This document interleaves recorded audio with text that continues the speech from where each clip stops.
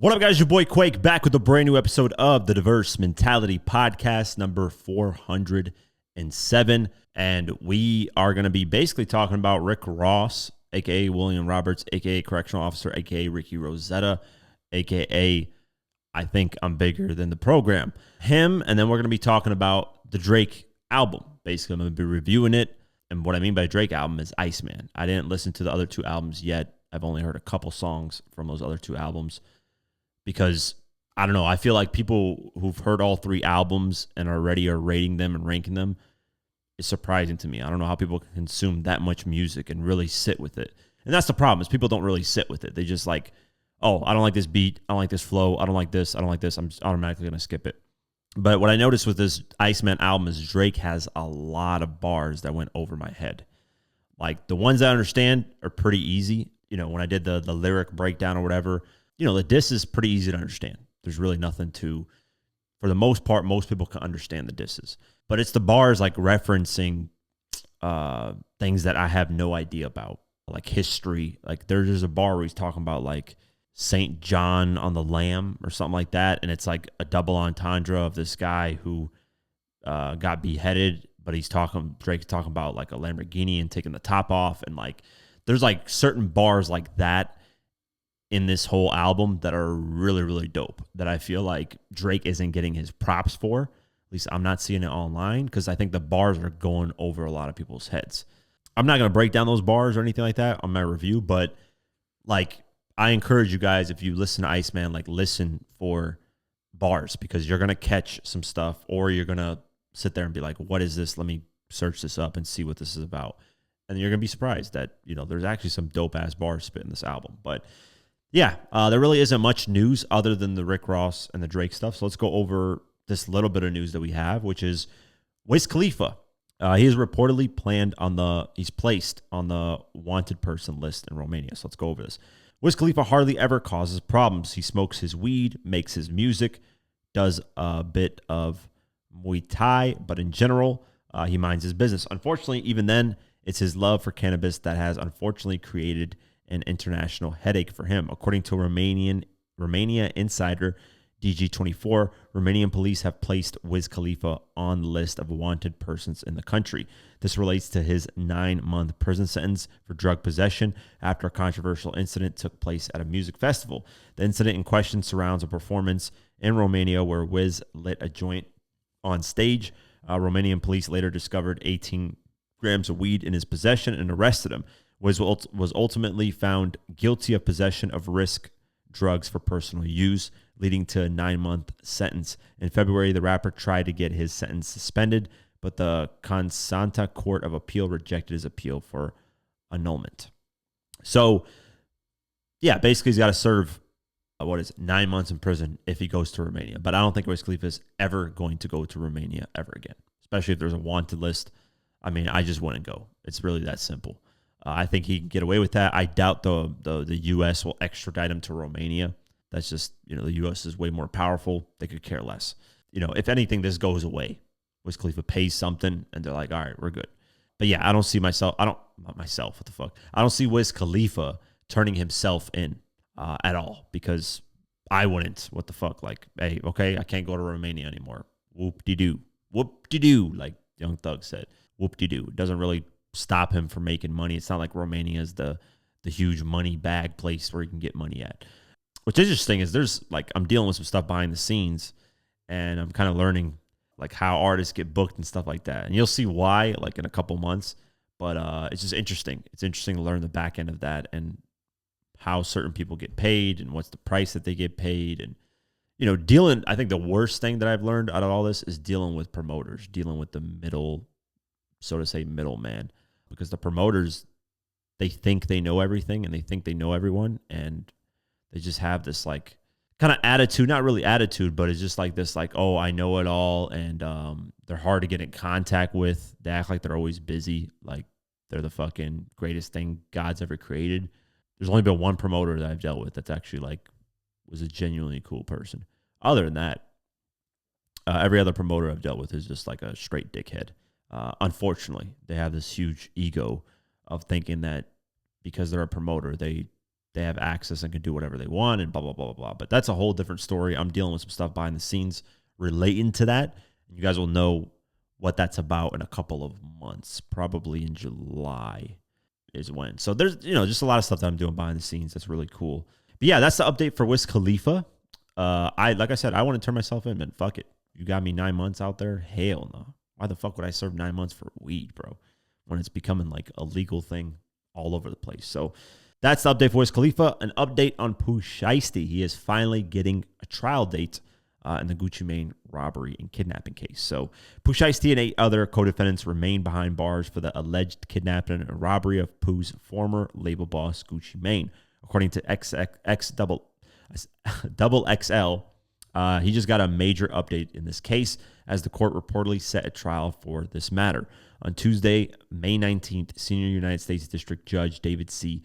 Godby reportedly signed off on a pretrial order scheduling it for July 6th of this year, with July 1 being the date for the final pretrial conference hearing.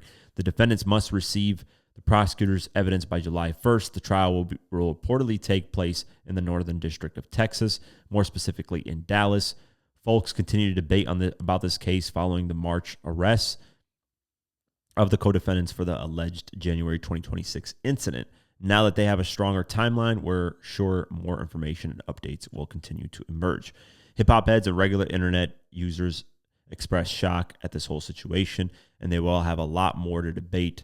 The quick turnaround of this trial is also causing a lot of conversation online, with some folks positioning this as an indicative of prosecutors' competence. But that's just a speculative interpolation, and we'll see what actually goes down in under 2 months. Yeah, man.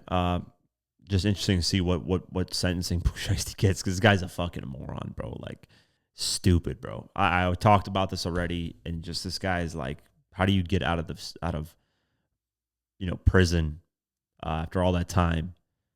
Get to have a hit record, which is hard for an artist that has been gone for a while. Has a hit record, mind you, with no hook, just straight bars, rapping on there with FDO, and you get a top 40, I think it peaked at like in the 20s or the teens, which is crazy. That's a huge, huge hit. And somehow you fuck all that up because you just don't want to honor your contract, I guess. You don't like the contract, which it is what it is. That's what you signed. You just got to man up and deal with it, man. Like I said, I've signed bad contracts. Man up and deal with it. Just finish it out. Do the best that you can.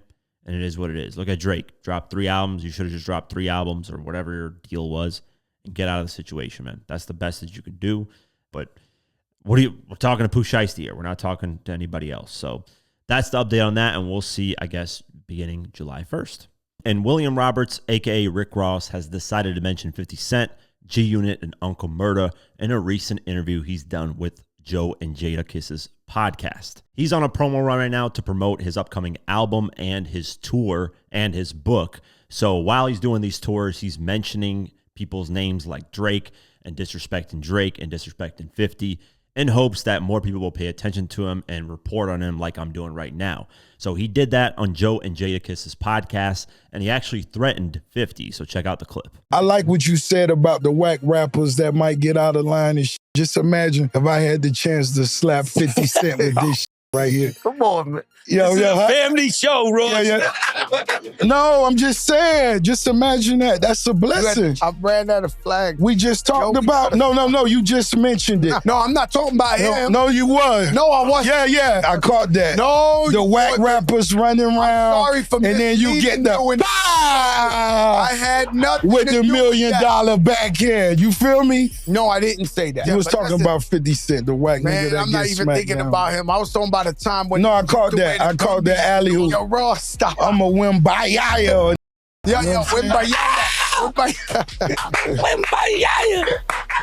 I'm giving Joe Crack what Joe Crack asked for. The whack rappers, the 50 Cent. I never You said threw me the 50 alley Cent. hoop on 50. Come get it, 50. I don't have to, but I'll be clear. I definitely wasn't thinking about 50 Cent. I was thinking about some old school rappers. I don't want to say who. Some friends of mine that back in the day, they had the game in the chokehold, and then they flopped. Man, they G invited me Unit. to the sit. No, It was G Unit.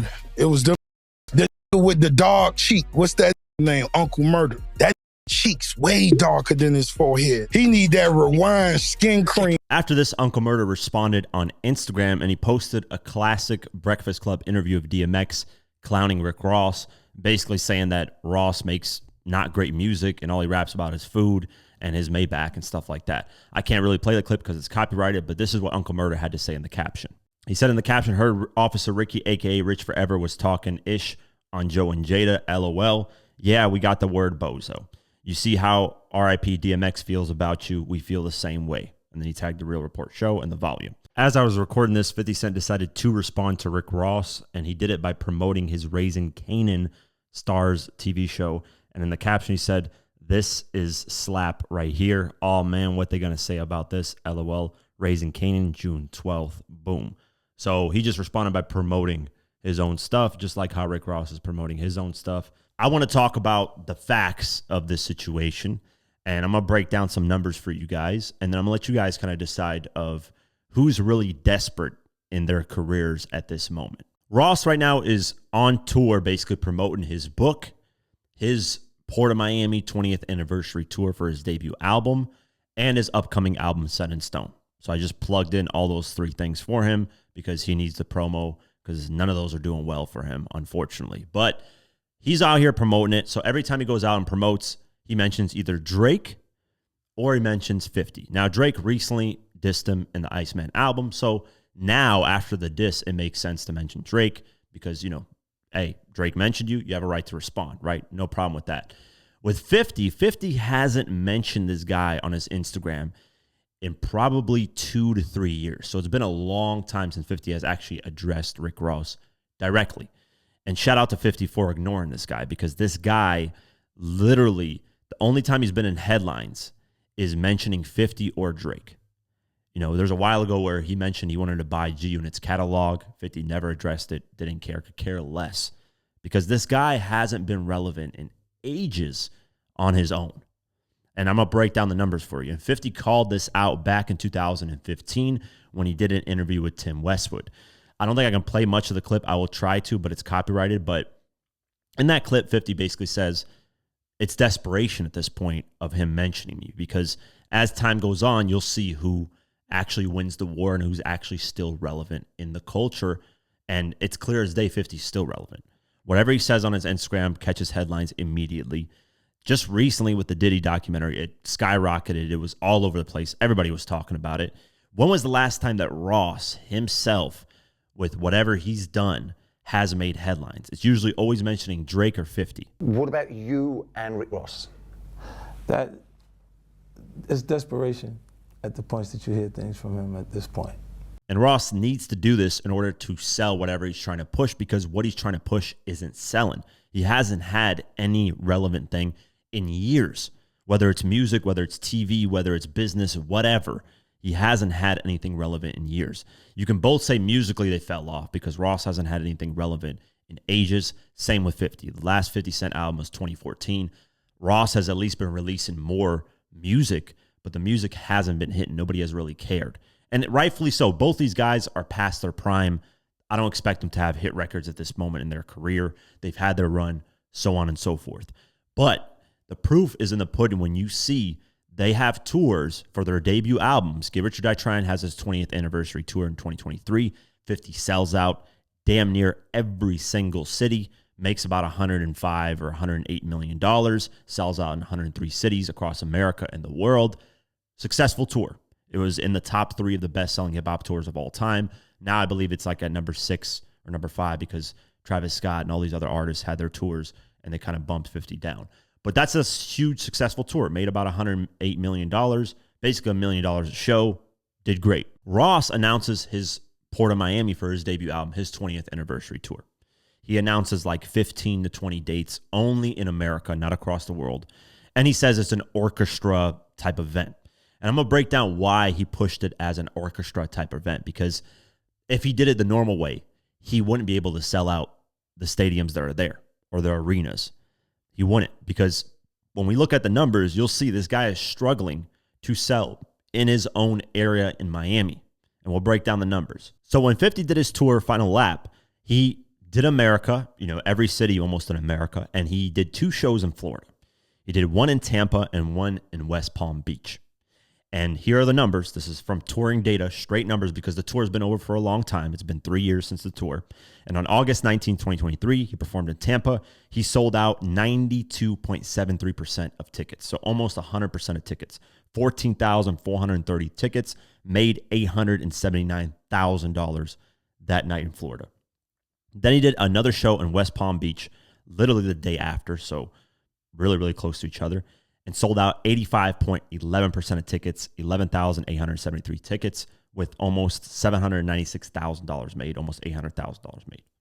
So that's the statistics of when he goes to Florida, how much he sells. He almost sold out, 85% to 92%.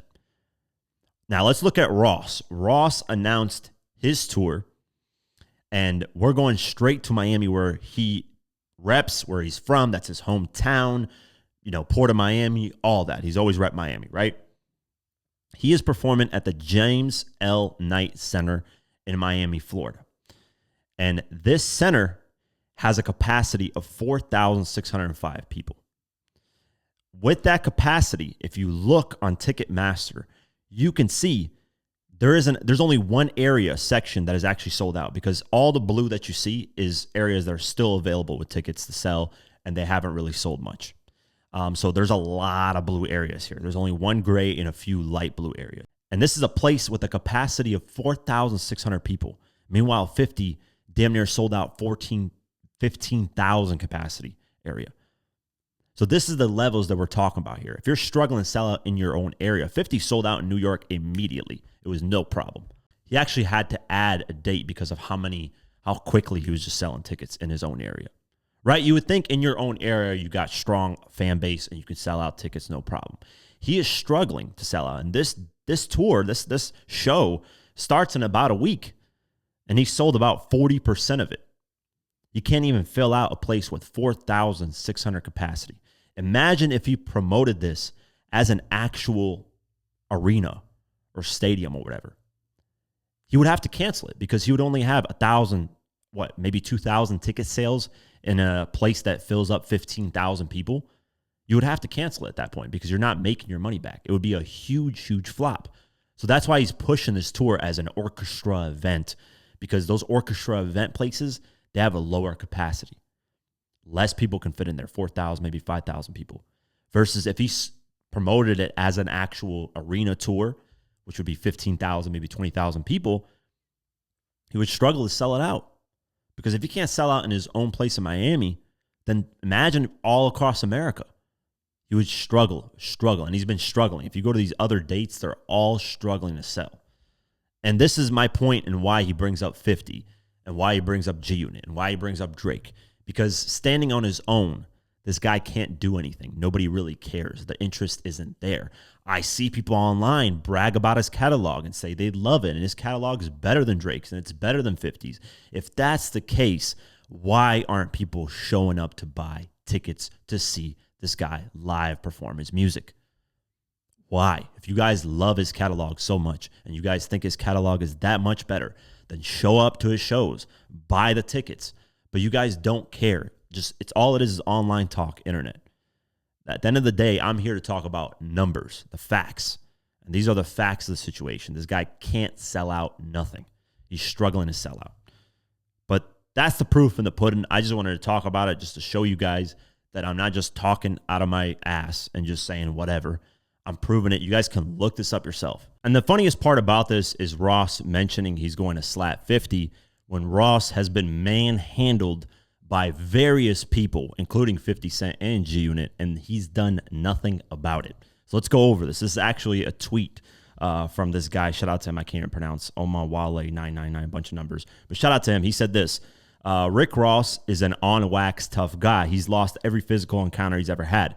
Trick Daddy and his crew chased him off the stage and beat his manager at Miami Nights. Jeezy and his crew beat him up and snatched his fake chain at the 2012 BET Awards. 50 Cent and his crew beat up his goon Gunplay at the same 2012 BET Awards. They got the MMG chain and went on a greasy neck tour. Nobody ever found it after that. Who knows where it went? Never got it back, Ross. Drake and his meth head white boys beat Ross and his crew up in Canada. And Ross has done nothing about any of those instances. He's always been punked when it came to being checked in person when it comes to all these rappers that he's had issues with.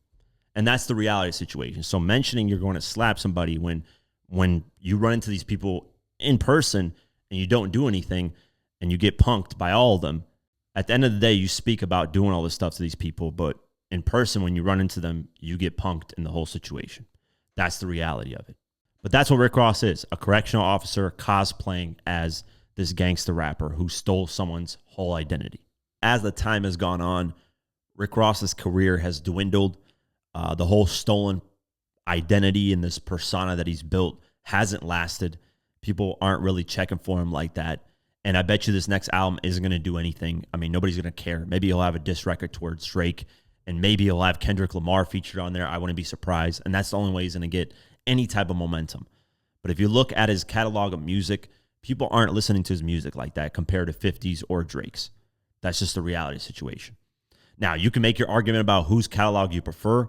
I don't care. At the end of the day, that's your opinion. I'm going with what the world prefers, not just what one person's opinion prefers. So that's my breakdown. Let me know what you guys think, and I'll see you guys in the next video.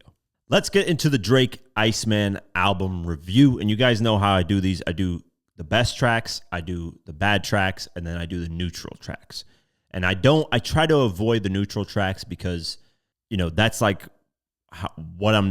at this moment, how I'm feeling like about the record, but I don't know if I like it or dislike it. So I try to avoid that.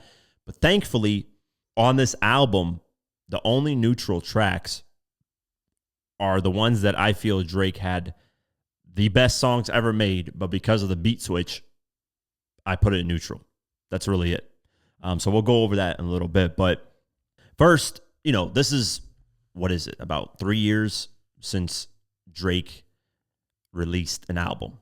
So For All the Dogs came out in late 2023, and that was arguably, to me, his worst album that he's released in his career.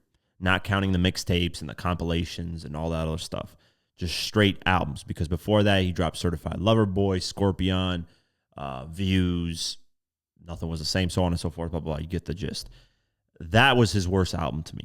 If I were to rank it or rate it, I'd probably give it a 4 out of 10, maybe 5, lucky at best. It was just bad. There's only like 3 tracks, I think, or 4 that I actually liked on the album, if I can remember correctly. Never really visited the album after it came out, and that's it. It was also his poorest selling first week sales for an album, and rightfully so, because the music reflects that. So this battle, to me, I think it rejuvenated Drake. It gave him more of a reason to continue rapping. And that's really what this beef did for both artists. I think both artists benefited from it because this album's about to do 500,000 first week, which is better than the first week sales of For All the Dogs. I feel like when For All the Dogs came out, the fatigue for Drake started to set in. And this beef rejuvenated Drake, got him more into wanting to make music again, because he even announced that, hey, he was going to take a break because he's been having stomach problems. And then the Kendrick battle happens and he just starts to go off again. And then he dropped a collab album, Party Next Door, and now this. So the beef was a benefit, I think, to both artists. I mean, Drake sold more than his last album, so it's a benefit to him. And Kendrick obviously did crazy numbers off everything that he did in 2024 and 2025. So they both benefited. That's the cool thing about the battle, at least. The worst thing is just the stands, really. The ones that take like Drake's side, the one that takes Kendrick's side, they just go crazy and just attack, and they bicker and talk about all kinds of crazy shit. Like I said, I'm a fan of both. I probably listen to Drake more by a little bit because he just drops more music. Really, that's the gist of it. I would listen to Kendrick just as much if he dropped more music, but Kendrick tends to disappear, and then you have to wait a while until you get something out of him. Regardless, this album suffers, and I talked about this a little bit earlier, this album suffers a lot from beat switches. And, oh man, just curse the person that made this popular. And I think it's Travis Scott or Dr. Dre. It's one of those two. Because Dr. Dre did that on the Compton album, and then Travis Scott started doing it. So it could be Dr. Dre. Whoever decided to do this and make it cool and make it a thing has ruined so many great songs, whether it's on J. Cole's album or it's on Drake's album or any other artist's album. These beat switches are very, very annoying. And I'm going to talk about what records, because there are some tracks on this Drake album that I feel were some of Drake's best songs like ever in his career. And he's got a lot of music to go over. But that's how much I loved these records. But the beat switch ruined that for me. So let's go over the tracks. And I'm going to go over my best tracks. And then I'm going to go over the bad tracks. And then I'm going to go over the neutral tracks. So Make Them Cry. It is in my best tracks. Love it. Great way to start the album. Production's there. Flow is there. Bars are there. And I actually enjoy the beat switch on this. I enjoy the beat switch. The next track is Dust, and I have this on bad tracks. I don't like this record. Too many beat switches. I think there's 3 in there, if I remember correctly. And nothing memorable on the track. The hook is pretty repetitive. It is what it is. Another bad track is the next one, which is Whisper My Name. Not a fan of this. Came and went. Didn't really care much for it. Number 4, Janice, Shut the Fuck Up. This, I feel, is the best song on the whole album. And this song got saved. It's perfect. It's literally perfect. It's one of Drake's best songs ever in his career. It's in the top 30, top 20, maybe even top 10. What saved the song is no beat switches, man. Just kept the same beat, kept the same delivery, all that stuff. Great record, man. I didn't get bored of it like these fucking TikTok kids that need a beat switch every minute because their brains can't fucking sit there and listen to a song for longer than a fucking minute and 30 seconds. So I can listen to the same beat. I can listen to the same track, same flow, same delivery for a long time, as long as it's good. And this is a great example of that. Janice, Shut the Fuck Up is perfect. Best song on the album. Next, Ran to Atlanta. Now, this is where I get to the point where I'm talking about neutral tracks. Ran to Atlanta, the first half, is some of the best Drake music that you can ever get. I love the hook, love Drake's verse. The beat is fucking immaculate. But then it switches, and it goes to Future, and then there's Molly Santana and all this other stupid shit. And I'm like, damn, the song got ruined. So that's why I put it on neutral. The first half is perfection. The other is bad. I just don't like it. So unfortunately, the song's only like a minute and 30 seconds with the first half. So you got to kind of just deal with the rest. And I'm like, I got to skip it now. I got to replay it because I like to hear that first part. And, I might end up making my own Iceman version of this album where I'm going to start cutting shit out. I wish these apps, man, Spotify and Apple Music would allow you to do that. Just have a cut on a song. Like, I don't know why they don't allow you. That's like a feature that should be added. If anybody at Spotify or Apple Music somehow is listening to this, please advocate to get songs that you can cut and edit, because that would be great on the fucking app. So that's a good example of a neutral track where it starts out amazing, one of Drake's best, but then it just shifts to the Future part, and the Molly Santana, Hannah Montana, Danny Montana, Iceman, what else? Like, it turns to shit after that. The next track, Shebang. Not a fan of this record. Just came and went. It is what it is. Me when the beat, shebang. All of my ops, they did. Whatever the fuck. Make Them Pay. This is one of the best tracks for me. Pure bars, shit talking to Ross and Khaled, which I enjoyed. Great beats, all that. So good to go. Great record. Burning Bridges, another track that came and went for me. Could care less for it. National Treasures. Here's another neutral track that starts out fucking amazing. One of the best beats that Drake is rapping on. Some of the best bars. What does he say, man? I gotta say these bars. I just have to, because these bars are utterly ridiculous. This guy is just, when he raps, he raps. So he says, out in the six, I'm a national treasure. The guys that got my back won't back me forever. R.I.P. Kobe, but y'all guys brokey. That's probably why y'all be shacking together. Kobe and Shaq, come on, bro. It's just funny as fuck. Capo and Lita got habits together. Like couples vacation, they packing together. Like rushing to finish, they slap it together. The charges like COVID, they'll catch it together. And then he coughs. They hate me so much, it's a sickening thing. Like, those bars are fucking ridiculous.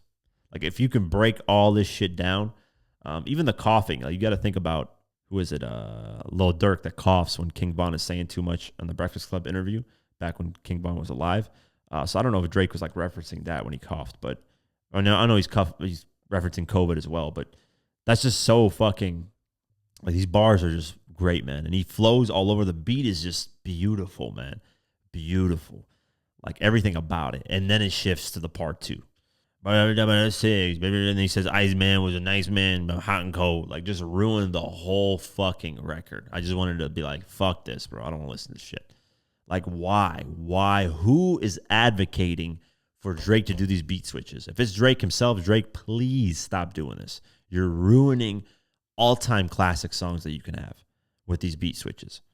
I don't know who, like I said, who the fuck made this cool, but I hope their pillow is warm at night and never cool. I hope they struggle with that all day and all night because I am pissed at that person, whoever made this shit cool. So stop doing it, artists. Please stop. J. Cole ruined some records for himself because of the beat switching. Stop. Just stop doing it. Just stop. Anybody who likes this shit is like, you have to have a low attention span. That's the only way you can like this. Like, let me just enjoy the fucking record, the full record of what it's supposed to be. But yeah, there's a National Treasure that leaked online with like a third Drake verse. And then there's like, I think Skepta is his name, or Skepta or some shit. I'm actually going to, this is what I mean by edit. I'm going to take that portion of the song and put it, on the Iceman album, because this version's way better. I'm not a fan of Pressa, whatever, who's on the track, but Drake does rap another verse at the end of it from what I remember. And I'll just add that in there and like mix it together and figure out something, because this beat switch version is horrible. So that's neutral for me, where the first half is one of Drake's best songs ever, and the second half turns into Dookie Water. The next track, B's on the Table, another track that just came and went, could care less about it. What did I miss? What did I miss? Yeah, so this is another one of those tracks where it starts out amazing, then beat switches and it turns to shit, so it's a neutral track for me. But this track's been out for a while, first single basically off the album. But yeah, that's a neutral track for me. Plot Twist, I have this on the best tracks. Enjoyed this record, great. Too Hard for the Radio, I have this on bad tracks. Notice how a lot of the bad tracks that I have it on is the beat switches one, because I really don't want to hear that shit. I don't want to hear beat changes, and the flow is just not there. I think Drake sometimes gets lazy on some of these records. It seems like he's just kind of just rap, but it is what it is.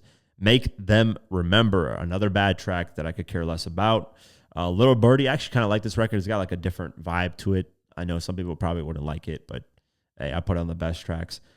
Don't Worry, another track that I have the best tracks that I enjoyed. Firm Friends, a bad track, I didn't really care for it. And then Make Them Know, another bad track, I didn't really care for it. So looking on all this, I have the best at 6, I have bad tracks at 9, and then I have neutral at 3. So if you were to take those neutral tracks, put them in the best, because the first half is fucking amazing, or you count it as like half a record, which is 0.5, you'd basically have 8.